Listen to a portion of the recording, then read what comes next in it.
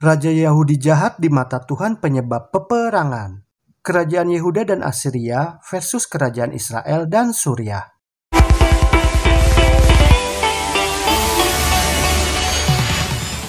Raja Ahaz adalah seorang raja yang terburuk yang pernah memerintah kerajaan Yehuda hingga pada masanya. Raja Ahaz mengikuti kebiasaan keji bangsa-bangsa di sekitarnya yang dahulu telah dihalau Tuhan dari depan orang Israel, yaitu antara lain dengan membuat patung-patung tuangan untuk para Baal atau dewa, membakar korban di lebak Ben Hinnom, serta mempersembahkan anak-anaknya sebagai korban dengan cara dibakar dalam api, mempersembahkan dan membakar korban di bukit-bukit pengorbanan, dan di atas tempat-tempat yang tinggi dan di bawah setiap pohon yang rimbun. Sehingga Tuhan menyerahkan kerajaan Yehuda ke dalam tangan Raja orang Aram dan Raja orang Israel di utara.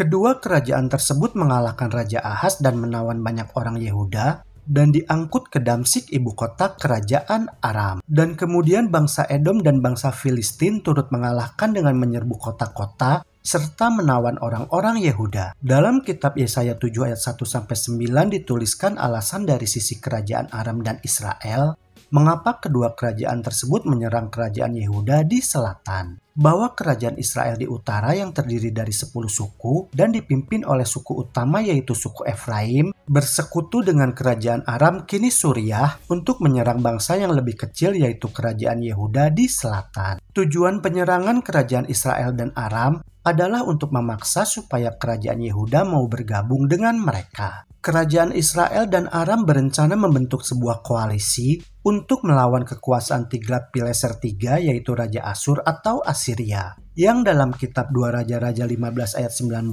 raja tersebut disebut Pul.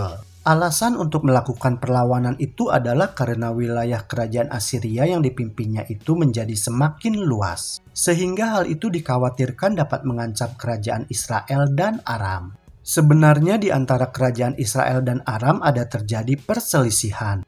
Namun kedua bangsa tersebut menyingkirkan perselisihan mereka dan kemudian berfokus hanya kepada ancaman bahaya yang lebih besar. Tujuan mereka berdamai dan seandainya mereka bisa menaklukkan Yehuda serta mendudukkan pemimpin boneka di sana, maka mereka berharap dapat memanfaatkan sumber daya alam dan juga sumber daya manusianya. Kerajaan Yehuda di selatan yang pada waktu itu dipimpin oleh Raja Ahaz, setelah berhasil dikalahkan oleh dua kerajaan yang ada di utara tersebut, kondisinya menjadi semakin lemah ketika bangsa Edom dan bangsa Filistin turut menyerang kerajaan Yehuda. Namun menghadapi situasi tersebut, Raja Ahaz tidak meminta pertolongan kepada Tuhan sebagai pelindung bangsanya. Seperti yang dilakukan oleh raja-raja Yehuda sebelumnya, yang taat kepada Allah ketika mereka menghadapi ancaman dari bangsa lain. Raja Ahaz lebih memilih menggunakan logika kemanusiaannya dibandingkan dengan janji ilahi. Raja Ahaz malah mau bersekutu dengan Tiglat-Pileser III, Raja Asyur atau Asiria yang merupakan musuh kerajaan Israel dan Aram. Permohonan Raja Ahaz untuk meminta bantuan dari Tiglat-Pileser itu tampaknya masuk akal dan menarik dari sudut pandang pemikiran manusia. Tetapi Allah mengetahui bahwa jika permohonan bantuan itu tetap dilakukan oleh Raja Ahaz, maka nantinya kerajaan Daud di Yehuda itu akan berada di bawah kendali pemerintahan asing. Dan akibatnya kerajaan Yehuda tidak akan pernah bangkit lagi dari kejatuhan. Dan efeknya akan sangat luar biasa. Bangsa Yehuda sebagai umatnya tersebut akan semakin jauh dari Tuhan. Padahal sesuai dengan janji Tuhan, bila pemimpin dan rakyat Yehuda tersebut percaya dan taat kepada Allah, maka Allah akan senantiasa melindungi kerajaan Daud turun-temurun. Jadi, meskipun kerajaan Yehuda mendapat ancaman nyata dari Rezin yaitu Raja Aram, dan juga dari Pekah yaitu Raja Israel, namun Raja Ahaz seharusnya yakin dan percaya bahwa keturunan Raja Daud tidak akan lenyap oleh rancangan jahat mereka. Melihat hal itu, lalu Tuhan mengirim Nabi Yesaya untuk menyampaikan pekabaran kepada Raja Ahaz. Tuhan yang Maha Kasih dan panjang sabar ingin supaya Raja Ahaz percaya kepadanya sehingga dapat menjadi teguh jaya. Kata percaya dan teguh jaya dalam terjemahan ayat tersebut adalah berasal dari akar kata Ibrani yang sama. Yang dari akar kata tersebut juga lahir kata untuk benar yang artinya dapat dipercaya, dan juga kata amin yang artinya meneguhkan apa yang benar atau yang dapat dipercaya. Tuhan menyuruh Nabi Yesaya membawa anaknya yang bernama Sear Yashub untuk bersama-sama menemui Raja Ahaz. Tujuannya adalah untuk memberikan tanda dari Allah kepada Raja Ahaz.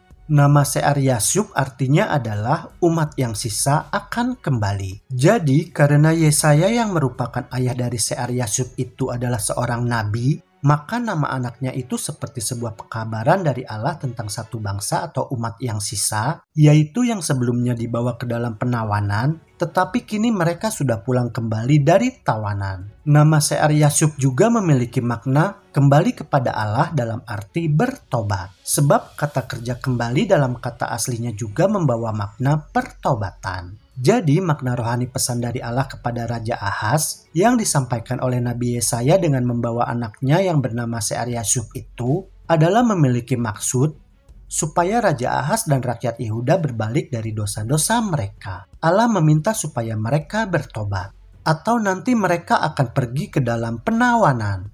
Namun meskipun mereka akan ditawan, tetapi nantinya akan ada sekelompok umat yang sisa yang akan kembali ke tanah Yehuda. Dan sekedar tambahan tentang gambaran Nabi Yesaya dan anaknya bernama Sear-Yashub adalah juga dapat merupakan nubuatan. Karena pada beberapa generasi atau tahun berikutnya, kerajaan Yehuda ditaklukkan oleh kerajaan Babilonia. Orang-orang Yehuda dan Israel ditawan dan dibawa ke Babilonia. Dan setelah sekian lama ditawan di sana, tetapi akhirnya ada umat yang sisa yang diizinkan kembali ke Yehuda atau Israel. Dan lebih jauh lagi, di masa jauh berikutnya, setelah bangsa Israel telah menjadi pengembara di antara bangsa-bangsa dengan mengalami banyak penderitaan dan kesusahan, namun akhirnya setelah masa nubuatan panjang yang berakhir pada tahun 1844 Masehi, Israel jasmani sekali lagi menjadi sebuah bangsa pada tahun 1948 Masehi. Orang-orang yang sisa ini telah kembali dari penawanan pengembaraannya seperti yang telah dinubuatkan. Kembali kepada Nabi Yesaya yang menyampaikan pesan Allah kepada Raja Ahaz, ternyata Raja Ahaz tidak menanggapi panggilan Nabi Yesaya yaitu supaya dirinya beriman. Namun sekali lagi Raja Ahaz mendapat tawaran dari surga. Oleh Nabi Yesaya, Raja Ahaz diminta untuk meminta pertanda dari Tuhan supaya dapat percaya. Meskipun sekilas tampaknya jawaban Raja Ahaz itu terkesan rohani dan sangat sopan, yaitu bahwa dia tidak ingin mencobai Allah seperti yang dilakukan oleh bangsa Israel dahulu kala pada saat mengembara di padang gurun. Namun sesungguhnya saat itu Raja Ahaz telah menolak tawaran ilahi dan menolak Elohim menjadi Allahnya. Sebab dalam peristiwa saat itu, bahwa Allah sendirilah yang mengundang Raja Ahaz untuk mengujinya. Raja Asyur atau Asiria dengan senang hati menyetujui permohonan Raja Ahaz untuk memberikan bantuan melawan pasukan Aram dan Israel. Raja Tiglat-Pileser juga menerima upeti dari Raja Ahaz. Sehingga Raja Asyur atau Asiria memiliki alasan yang kuat untuk akhirnya menaklukkan Aram yang dengan segera akan dilaksanakan. Pasukan Asyur atau Asiria yang kuat itu kemudian dapat mematahkan aliansi Aram Israel. Atas penaklukan itu, sekilas kelihatannya Raja Ahaz telah berhasil menyelamatkan kerajaan Yehuda dari ancaman. Padahal, tindakan Raja Ahaz yang meminta pertolongan kepada kekuatan bangsa asing dan bukannya memohon pertolongan kepada Allah itu adalah menunjukkan bahwa Raja Ahaz adalah seorang raja yang terburuk yang pernah memerintah kerajaan Yehuda hingga pada saat itu. Karena dengan meminta pertolongan kepada bangsa asing dan bukannya memohon pertolongan kepada Allah yang setia, permohonan itu juga disertai dengan hadiah yang banyak dari perbendaharaan istana raja dan dari hasil merampas perbendaharaan kudus yang ada di bait suci rumah Tuhan. Dan ternyata pertolongan dari Raja Asyur tersebut tidak menguntungkan, tetapi malah menyesakkan kerajaan Yehuda. Dan hal tersebut malah membuat Raja Ahaz menjadi semakin jauh dan tidak setia kepada Tuhan. Raja Ahaz mempersembahkan korban kepada para allah orang Damsyik atau Aram yang telah mengalahkannya. Sebab pikirnya bahwa yang membantu raja-raja orang Aram sehingga mereka dapat menang adalah para allah mereka. Jadi kepada para allah asing itulah Raja Ahaz akan mempersembahkan korban supaya allah-allah asing tersebut mau menolongnya. Tetapi Raja Ahaz tidak sadar bahwa karena menyembah allah-allah asing itulah yang sesungguhnya menjadi penyebab keruntuhan dirinya dan seluruh Israel. Raja Ahaz juga mengumpulkan perkakas-perkakas rumah Allah dan menghancurkannya. Dia menutup pintu rumah Tuhan, lalu membuat mezbah-mezbah bagi dirinya di segenap penjuru Yerusalem. Di tiap-tiap kota di Yehuda, dirinya juga membuat bukit-bukit pengorbanan untuk membakar korban bagi Allah lain. Dengan demikian, dirinya telah menyakiti hati Tuhan Allah nenek moyangnya. Kemudian Tuhan memberikan sebuah tanda lagi kepada Nabi Yesaya untuk disampaikan kepada Raja Ahaz. Setelah menghampiri istrinya lalu mengandung dan kemudian melahirkan seorang anak laki-laki, lalu berfirmanlah Tuhan kepada Nabi Yesaya supaya menamai anaknya tersebut dengan nama Maher-Shalal-Hash-Baz.